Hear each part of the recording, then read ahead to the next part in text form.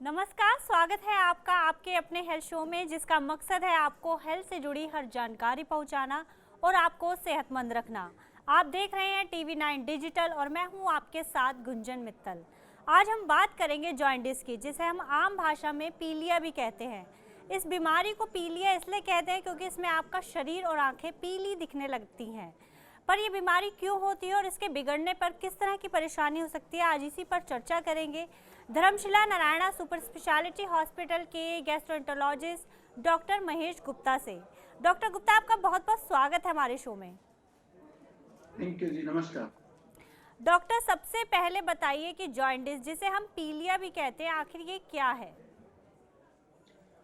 Jaundice यानी कि पीलिया एक बहुत ही कॉमन सा सिम्टम है। बेसिकली मैं आपको ये नहीं कहूंगा कि जॉन्डिस एक बीमारी है। Okay. जॉन्डिस यानी पीलिया एक सिम्टम है, यानी कि लिवर और खून की कुछ बीमारियां ऐसी होती है जिनके अंदर हमारे शरीर में बिलिरुबिन, जो कि एक वेस्ट प्रोडक्ट होता है, उसकी मात्रा बढ़ जाती है।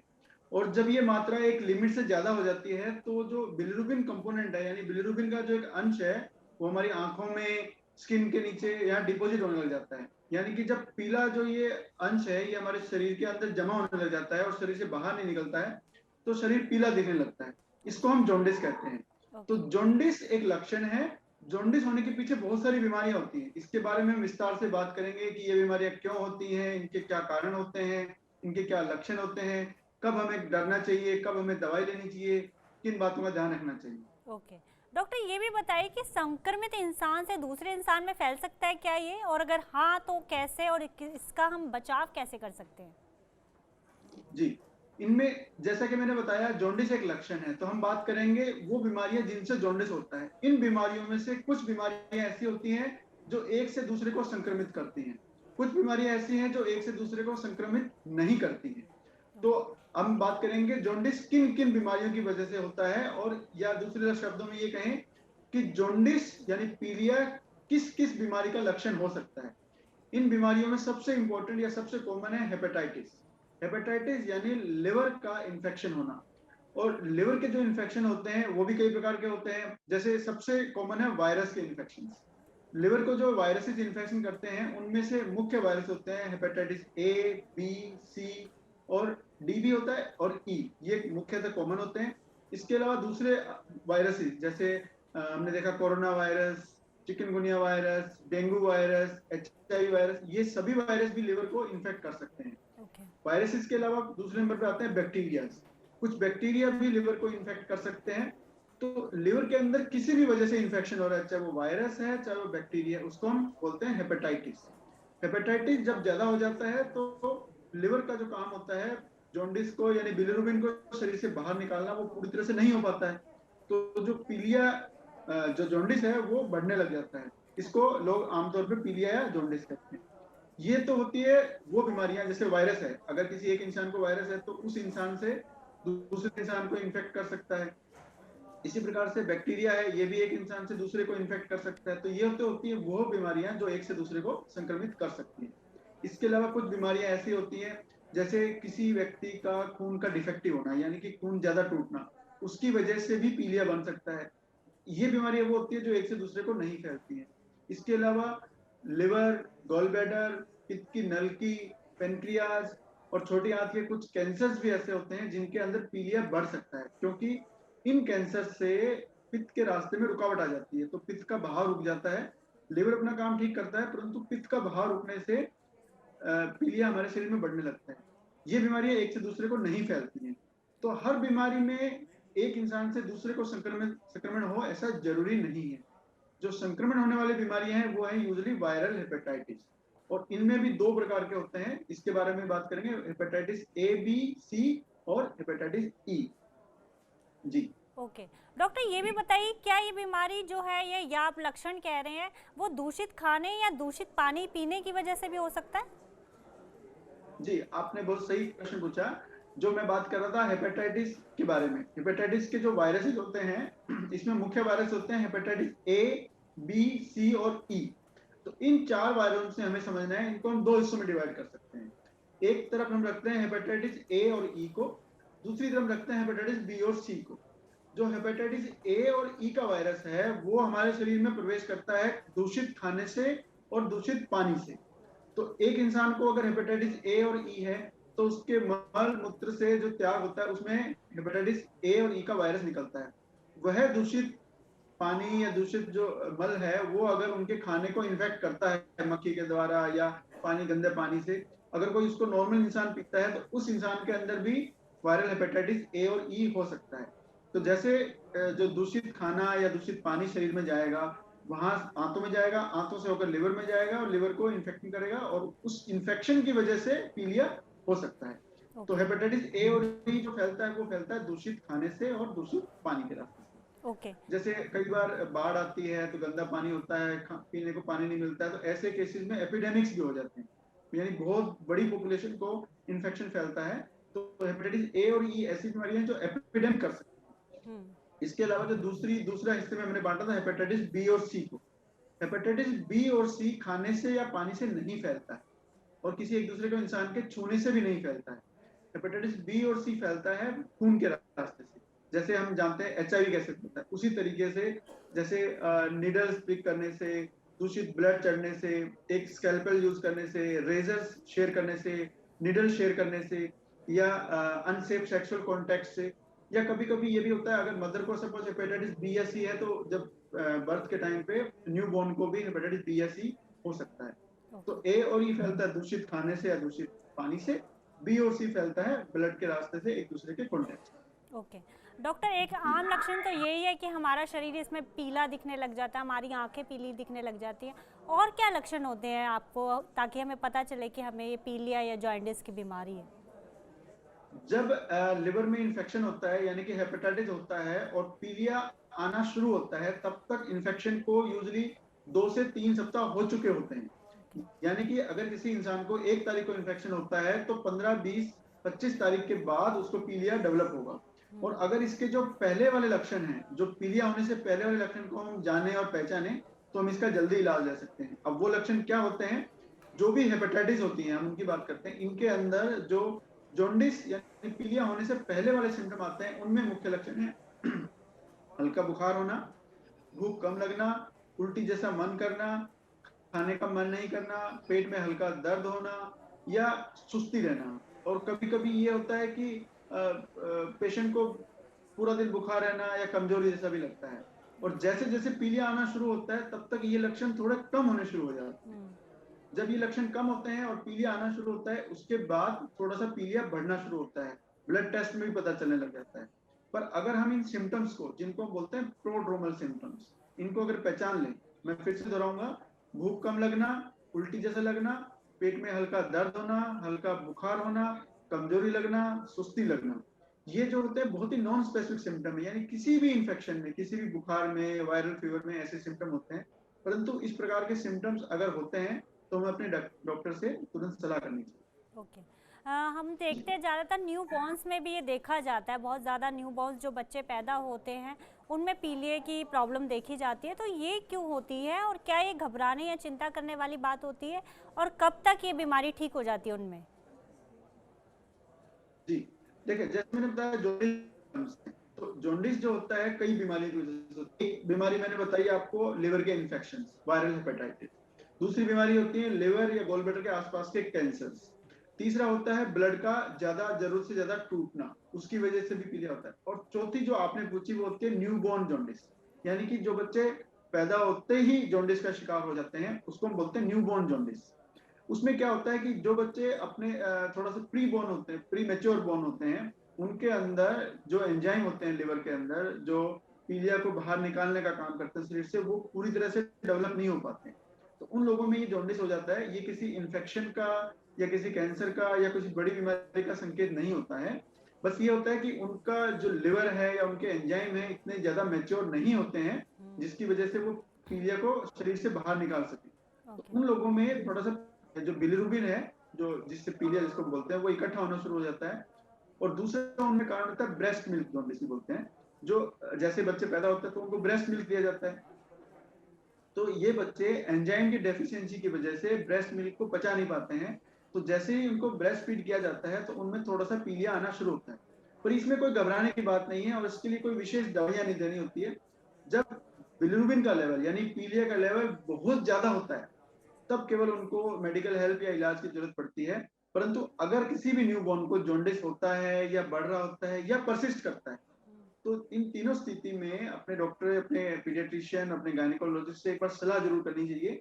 पर इसमें घबराने की बात नहीं है क्योंकि यह कोई इन्फेक्शन या कोई बहुत बड़ी बीमारी का संकेत नहीं है।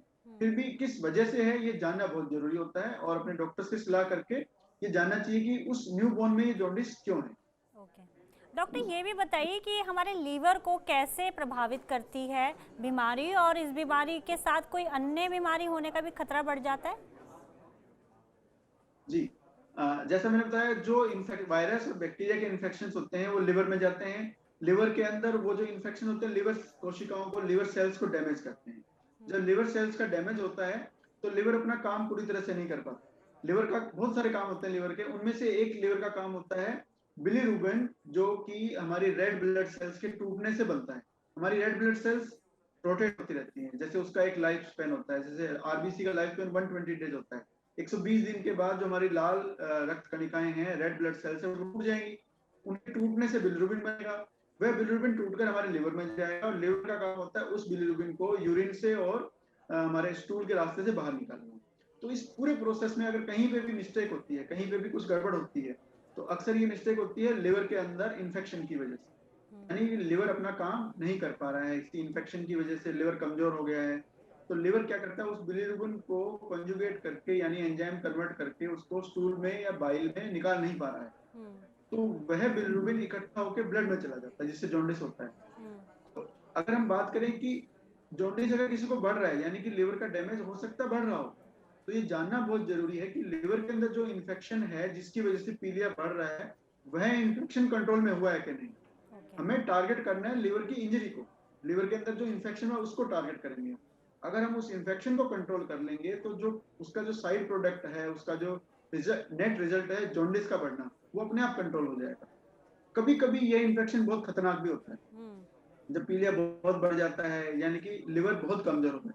पीलिया का ज्यादा बढ़ना और लिवर का कमजोर होना एक साथ भी चल सकते हैं और अलग अलग भी चल सकते हैं। तो अगर इन्फेक्शन की वजह से लिवर बहुत कमजोर हो गया है, अपना काम नहीं कर पा रहा है, तो उस स्थिति के अंदर पेशेंट की हालत बहुत खराब हो सकती है। कभी कभी यह जो बीमारी है इसमें अमोनिया लेवल बढ़ जाता है, दिमाग के अंदर भी चला जाता है, पेशेंट गफलत में, बेहोशी में जा सकता है। या फिर कई बार क्या है कि लिवर का फंक्शन इतना वीक हो जाता है, जगह जगह से ब्लड आने लग जाता है। ऐसी स्थिति के अंदर बहुत हॉस्पिटलाइजेशन की जरूरत पड़ती है, आईसीयू केयर की जरूरत पड़ती है, लिवर ट्रांसप्लांट की जरूरत भी पड़ती है। तो जॉन्डिस से हालांकि हमें घबराना नहीं चाहिए, पर हर जॉन्डिस को नेग्लेक्ट भी नहीं करना चाहिए और अपने डॉक्टर से सलाह करने के बाद कि ये कहीं सीरियस तो नहीं है, ये जान लेना बहुत जरूरी है। ओके डॉक्टर, अगला मेरा सवाल है, क्या ये कई बार जानलेवा भी हो सकता है और इसका ट्रीटमेंट क्या है, इसका आप उपचार कैसे करते हैं? जी, कई बार यह जो वायरस इन्फेक्शन है, जैसे हेपेटाइटिस बी है या हेपेटाइटिस ए और ई का इन्फेक्शन है, बहुत कम केसेस, 1 या 2% केसेस के अंदर ये जानलेवा भी हो सकते हैं। जब लिवर के अंदर जो इन्फेक्शन है और जो लिवर इंजरी हो रही है वो अगर बहुत ज्यादा हो जाए, यानी कि लिवर अपना काम 10-15% से भी कम करने पे आ जाए, तो लिवर अपना काम नहीं कर पाएगा। उसकी वजह से अमोनिया लेवल, टॉक्सिन्स जो होते हैं हमारे शरीर में बहुत बढ़ जाएंगे। तो उस पेशेंट बेहोशी की तरफ जा सकता है, उसके अंदर एल्ब्यूमिन का कम हो सकता है, खून की कमी हो सकती है, खून बहुत पतला हो सकता है। ऐसी स्थिति में यह जानलेवा भी हो सकता है। अगर ये जानलेवा की तरफ जाता है तो उसमें हमें लिवर ट्रांसप्लांट की जरूरत पड़ती है। परंतु 98 to 99% केसेस में यह सीरियस नहीं होता है। इसमें जो इलाज होता है वो सिम्टोमेटिक ट्रीटमेंट किया जाता है, अच्छी हेल्दी डाइट, थोड़ा सा रेस्ट, प्रॉपर इलाज और जो जादू टोना तंत्र मंत्र या झाड़ फूंक है उससे बचना, ये बहुत जरूरी होता है। जी, ये भी बताइए किन लोगों को जॉन्डिस होने का ज़्यादा खतरा रहता है, या जो जो लोग गंदे इलाके में रहते हैं जहाँ साफ सफाई का ध्यान नहीं रखा जाता है, ऐसी जगह ज़्यादा खतरा रहता है इस बीमारी को बढ़ने का? जी, जो हेपेटाइटिस ए और ई है, जो गंदे पानी से या गंदे खाने की वजह से फैलता है, वह अनहाइजेनिक कंडीशंस, यानी कि बाहर जो अनहाइजेनिक खाना है उसके खाने से, जो लोग साफ सफाई का ध्यान नहीं रखते, जहाँ शुद्ध पानी नहीं मिलता, साफ पानी नहीं होता, एपिडेमिक्स के टाइम पे, मॉनसून के टाइम पे, ऐसे समय पर हेपेटाइटिस ए और ई के चांसेस और केसेस बढ़ जाते हैं। जब एक घर में अगर किसी को हेपेटाइटिस होता है या किसी लोकेलिटी में होता है तो उस लोकेलिटी में ए और ई बढ़ने के चांसेस होते हैं। उसी प्रकार अगर किसी फैमिली में हेपेटाइटिस बी या सी है तो उस फैमिली के जो क्लोज कॉन्टेक्ट्स होते हैं, जैसे अगर हस्बैंड को है तो हस्बैंड से वाइफ को, वाइफ से हस्बैंड को, या मदर को है तो मदर से न्यूबॉर्न बेबी को, ये ट्रांसमिशन होने का चांसेस होता है। तो इस प्रकार जो ए और ई है वो यूजुअली सोसाइटी के अंदर फैलता है, बी और सी फैमिलीज के अंदर रहता है। तो अगर इन चारों हेपेटाइटिस को अगर हम ठीक से जांच कर लें, उसके कुछ वैक्सीन भी होते हैं वो लगवाएं, तो हम इनसे बच सकते हैं। ओके, मेरा अगला सवाल ये है, क्या पीलिया में किसी तरह के खाने पीने, स्पेसिफिक खाने पीने का परहेज करना चाहिए या किसी तरह की सावधानी बरतने की जरूरत है? मुझे लगता है कि आपका ये प्रश्न सबसे महत्वपूर्ण है। जैसे किसी को पीलिया होता है, लोग खाना पीना बंद कर देते हैं, उबला खाना खाने लग जाते हैं, या लोगों को खाना ही नहीं दिया जाता है। मरीज को अगर खाना नहीं दिया जाएगा तो सोचिए उसका लिवर कैसे रिकवर करे। जी बिल्कुल। लिवर की रिकवरी के लिए जरूरी है बहुत ही अच्छा हेल्दी पौष्टिक भोजन। और अगर किसी को वायरल इन्फेक्शन है या बैक्टीरियल इन्फेक्शन है या कैंसर्स की वजह से पीलिया हो गया है, उस इंसान को अगर आप उबला खाना खिलाएंगे तो उसको ना तो खाना अच्छा लगेगा, ना ही उससे सारे न्यूट्रिएंट्स मिलेंगे। तो मैं ये कहूंगा अगर किसी को पीलिया होता है तो सबसे जरूरी है अच्छा भोजन, balance diet, high protein diet देना, और जो खाना है वो पैलेटेबल होना चाहिए, यानी कि खाना टेस्टी होना चाहिए। ऐसा खाना नहीं दिया जाए कि पेशेंट खा ही ना पाए।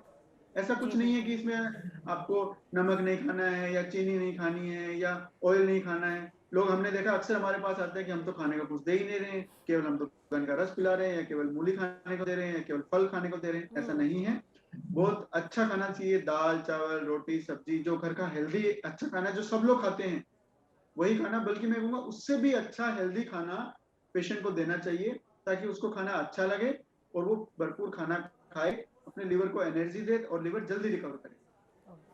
डॉक्टर, आपका बहुत बहुत शुक्रिया हमारे साथ जुड़ने के लिए और जॉइंटिस से जुड़े हमारे तमाम सवालों के जवाब देने के लिए। Thank you so much doctor. धन्यवाद। तो जैसा कि डॉक्टर ने भी बताया कि इस बीमारी से बचने के लिए साफ सफाई का विशेष ध्यान रखें और बाहर के खाने से बचें।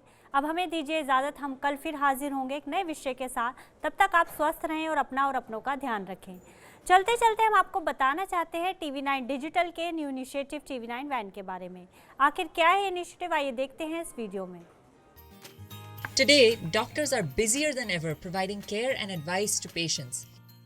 And the reality is that an average patient now spends much more time in the waiting room than in the doctor's chamber. With such a captive audience, it's time to put their wait time to good use. Introducing TV9 Waiting Area Network that provides premium patient engagement experience through engaging and informative videos. These videos are created keeping in mind an Indian patient seeking medical attention. TV9 Waiting Area Network provides a perfect platform for educating the patients on everything a doctor's practice has to offer while elevating the doctor's brand at the same time. As a doctor, all you need is to have Wi-Fi at your clinic and we'll take care of the rest. We provide you with a TV, a media player, your clinic profile, and a playlist customized as per your practice. Combine all this with the regular news updates from TV9 and you have an awesome branding and marketing tool for your clinic. Write to us at van@tv9.com and we'll get in touch with you to set up our solution at your premises.